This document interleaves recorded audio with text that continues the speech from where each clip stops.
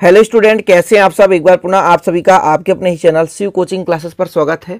और आज का जो टॉपिक है सेल स्थिरांक किसे कहते हैं, सेल स्थिरांक और विशिष्ट चालकता में संबंध। तो देखिए, जितना क्वेश्चन पूछा जाएगा आपको उत्तर उतना ही देना है। यदि क्वेश्चन पूछा कि सेल स्थिरांक किसे कहते हैं, विशिष्ट चालकता व सेल स्थिरांक में क्या संबंध है, तो आपको जो बताने वाला हूं वो आपको लिख देना है। साथ में यदि क्वेश्चन पूछ दिया कि विशिष्ट चालकता किसे कहते हैं, विशिष्ट चालकता व सेल स्थिरांक के बीच में संबंध, तो उसके बारे में मैं आपको समझा दूंगा कि विशिष्ट चालकता किसे कहते हैं, उसकी परिभाषा भी करा देंगे। ठीक है, तो चलिए सबसे पहले देख लेते हैं सेल स्थिरांक। देखिए, आपके पास कोई सेल है और सेल में एक इलेक्ट्रोड लगा हुआ है, ठीक है ना। जैसे आपके पास ये एक सेल है और इनमें दो इलेक्ट्रोड है, मान के चलते हैं दो इलेक्ट्रोड, एक कैथोड और एक एनोड है। तो इनके बीच जो डिस्टेंस होता है वो निश्चित होता है ना। कोई सेल है और इनके बीच कई इलेक्ट्रोड लग सकते हैं, एक लग सकते हैं, दो या तीन, चार, पांच, कुछ भी। तो जब कई इलेक्ट्रोड होते हैं तो उन इलेक्ट्रोडों के बीच की जो दूरी होती है वो निश्चित होती है, ठीक है ना। तथा जो इलेक्ट्रोड है उनका जो तल है उनका क्षेत्रफल भी निश्चित होता है, ठीक है। तो इसको मैं मान के चलता हूं, आपके पास एक सेल है और इस सेल में दो इलेक्ट्रोड लगे हुए हैं, ठीक है। एक आपके पास कैथोड है और एक आपके पास एनोड है।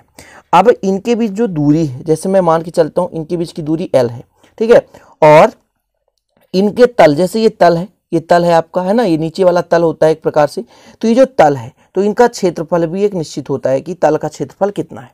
तो कोई भी सेल है ना, किसी भी चालकता सेल के इलेक्ट्रोडों के बीच की दूरी तथा इलेक्ट्रोड के तल का क्षेत्रफल हमेशा निश्चित रहता है और इनके बीच एक निश्चित अनुपात होता है। और जो अनुपात होता है और उससे जो प्राप्त होता है उसे ही कहते हैं सेल स्थिरांक। स्थिरांक मतलब स्थिर, ठीक है ना। तो लंबाई की अपेक्षा उनका क्षेत्रफल कितना स्थिर है, समझ रहे हैं, तो सेल स्थिरांक कहलाता है। कुछ समझ गए कि कोई भी आपके पास चालकता सेल है, उनके बीच लगे हुए इलेक्ट्रोडों के बीच की दूरी का जो डिफरेंस होता है, मतलब दूरी निश्चित होता है। और जो आपका तल है, ये इलेक्ट्रोड का तल है, उसका क्षेत्रफल भी निश्चित होता है। और इनके बीच जो अनुपात होता है उसी अनुपात को कहते हैं हम सेल स्थिरांक। क्लियर स्टूडेंट, यहाँ पर आप समझ सकते हैं किसी चालकता सेल के इलेक्ट्रोडों के बीच की दूरी L तथा किसी एक इलेक्ट्रोड के तल का क्षेत्रफल A निश्चित रहता है, अतः इनका अनुपात एक स्थिरांक होता है जिसे सेल स्थिरांक कहते हैं। इसे स्मॉल x से प्रदर्शित करते हैं, ठीक है ना, स्मॉल x से प्रदर्शित करते हैं। तो मैं यदि आप कह दूं कि स्मॉल x बराबर L/A, कैपिटल A कर दूं या स्मॉल a, कोई दिक्कत नहीं, क्योंकि क्षेत्रफल कैपिटल A हमने माना है। ठीक है स्टूडेंट, इतना समझ गए होंगे कि सेलों के बीच की दूरी, मतलब इलेक्ट्रोडों के बीच की दूरी और एक इलेक्ट्रोड के तल के क्षेत्रफल का अनुपात ही सेल स्थिरांक कहते हैं, ठीक है, सेल स्थिरांक कहलाता है।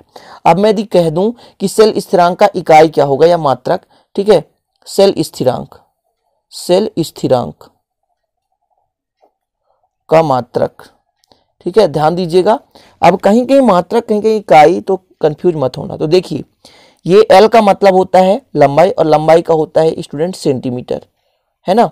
और नीचे क्षेत्रफल लंबाई गुणे चौड़ाई मतलब सेंटीमीटर स्क्वायर।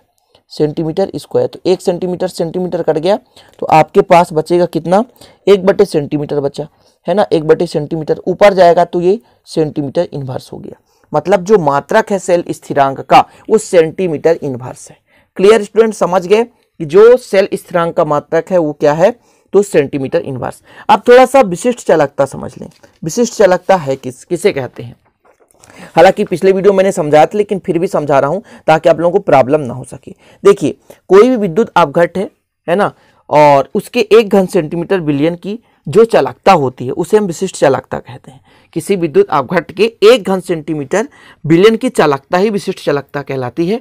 और सिंपल सा परिभाषा तो ये है कि विशिष्ट चालकता जो है विशिष्ट प्रतिरोध का व्युत्क्रम होता है, ठीक है। इसे कप्पा से प्रदर्शित करते हैं, 1/ρ होता है। ये फार्मूला अभी लगेगा, विशिष्ट चालकता बराबर 1/ρ, तो आपको प्रॉब्लम नहीं होनी चाहिए, ठीक है ना। इतना याद रखना कि जो विशिष्ट चालकता होता है विशिष्ट प्रतिरोध का व्युत्क्रम होता है, या किसी विद्युत अपघट के 1 घन सेंटीमीटर बिलियन की चालकता ही विशिष्ट चालकता कहलाती है, ठीक है। कोई आपका विद्युत अपघट बिलियन है, उसमें 1 घन सेंटीमीटर में जितनी चालकता होगी उसी चालकता को स्टूडेंट कहते हैं क्या, विशिष्ट चालकता। तो ये विशिष्ट चालकता और जो सेल स्थिरांक है इसे तो आप लोगों ने समझ ही लिया होगा। अब जो अपना मेन टॉपिक है वो क्या है, विशिष्ट चालकता व सेल स्थिरांक में संबंध। थोड़ा क्रम से समझिएगा, बिल्कुल समझ में आ जाएगा। तो देखिए, जब आपने पढ़ा होगा क्या, प्रतिरोध प्रतिरोध और इसके बाद विशिष्ट प्रतिरोध पढ़े होंगे। तो विशिष्ट प्रतिरोध जो होता है वो हम प्रतिरोध से ही निकालते हैं, समझिएगा थोड़ा सा ना, यहाँ पर मैं लिख देता हूँ, यहाँ पे रख देता हूँ। चलिए, विशिष्ट चालकता और सेल स्थिरांक में संबंध। तो सबसे पहले मैं बता दूं कि किसी चालक तार की जो प्रतिरोध होती है वो किस किस पर डिपेंड होती है, तो लंबाई पर और दूसरे क्षेत्रफल पर। मतलब किसी चालक तार का प्रतिरोध उसके लंबाई के समानुपाती होता है। समानुपाती का मतलब ये है, यदि किसी चालक तार की लंबाई में यदि हम वृद्धि कर दें या किसी चालक तार का लंबाई यदि हम बढ़ा दें तो उसका प्रतिरोध ऑटोमेटिक बढ़ जाता है, ठीक है ना। इसीलिए ना कहते हैं कि यदि हम कोई भी इन्वर्टर या बैटरी है उसमें से हम यदि बल्ब दूर तक ले जाकर जलाना चाहें तो जल्दी से जल्द क्या हो जाएगा, मतलब डिस्चार्ज हो जाएगा। इसका कारण क्या होता है, प्रतिरोध बढ़ जाता है। प्रतिरोध बढ़ने के कारण जो चार्ज या आवेश है वो ज्यादा मात्रा में खपत होता है, ठीक है ना, और कम समय में बैटरी है ना खत्म हो जाती है। तो लंबाई के समानुपाती, यानी किसी चालक तार की लंबाई में यदि वृद्धि कर दें स्टूडेंट तो डेफिनेट है प्रतिरोध क्या हो जाता है, तो प्रतिरोध जो है बढ़ जाता है। क्षेत्रफल पर, तो क्षेत्रफल के व्युत्क्रमानुपाती है, ठीक है। ये चालक तार है, यदि इसके क्षेत्रफल में बढ़ा दें, मतलब मोटाई बढ़ा दें, सिंपल है, लंबाई नहीं मोटाई, यदि मोटाई बढ़ा दें तो प्रतिरोध कम हो जाता है। ये दो चीजें आपको पता होना चाहिए। तो यहाँ पर R समानुपाती L/A हो गया, मतलब L के समानुपाती और A के व्युत्क्रम, मतलब उल्टा, समझ गए। दोनों को मिलाने पर L/A होता है। जब हम समानुपाती हटाते हैं तो एक नियतांक लगता है, तो यहाँ पर रो एक क्या हो गया, नियतांक हो गया। रो क्या है, नियतांक हो गया। क्लियर। अब आपने पढ़ा है कि सेल स्थिरांक को x से दर्शाते हैं और दोनों इलेक्ट्रोडों के बीच की दूरी जो L है और बटे A है, समझे, यहाँ पर A है, इसका मान होता है सेल स्थिरांक के बराबर। मतलब लंबाई अर्थात दोनों इलेक्ट्रोडों के बीच की दूरी और क्षेत्रफल का जो रेशियो है वही है सेल स्थिरांक। तो यहाँ पर L/A की जगह x रख दिए, x रखने पर कोई प्रॉब्लम नहीं होगी। अब इधर यदि हम रो को इधर ले आए तो R बटे रो हो जाता है, R बटे रो। R क्या है, प्रतिरोध, और ये क्या है, प्रतिरोधकता या विशिष्ट प्रतिरोध। रो क्या है, विशिष्ट प्रतिरोध या प्रतिरोधकता। तो इसको अपन इस प्रकार से भी लिख सकते हैं कि प्रतिरोध बटे प्रतिरोधकता बराबर सेल स्थिरांक। क्लियर स्टूडेंट, समझिएगा, हमको लाना है विशिष्ट चालक, है ना, विशिष्ट चालक में और सेल स्थिरांक में संबंध। तो ध्यान दीजिएगा, जो प्रतिरोध का व्युत्क्रम होता है वो चालकता के बराबर होता है। मतलब यदि प्रतिरोध का व्युत्क्रम निकालेंगे तो चालकता प्राप्त होता है, ठीक है ना, ध्यान दीजिए। या चालकता के यदि व्युत्क्रम निकाल दें तो प्रतिरोध होता है। मतलब चालकता और भी किसी भी चालक तार की चालकता या कोई भी विलयन है या कोई सेल है उसकी चालकता जो है प्रतिरोध के व्युत्क्रम होता है। लेकिन वहीं पर विशिष्ट चालकता की बात करें तो विशिष्ट प्रतिरोध की व्युत्क्रम होता है। तो यहाँ पर प्रतिरोध का व्युत्क्रम चालकता हो जाएगी, है ना, और प्रतिरोधकता का व्युत्क्रम जो हो गया स्टूडेंट वो विशिष्ट चालकता हो जाएगी। क्लियर।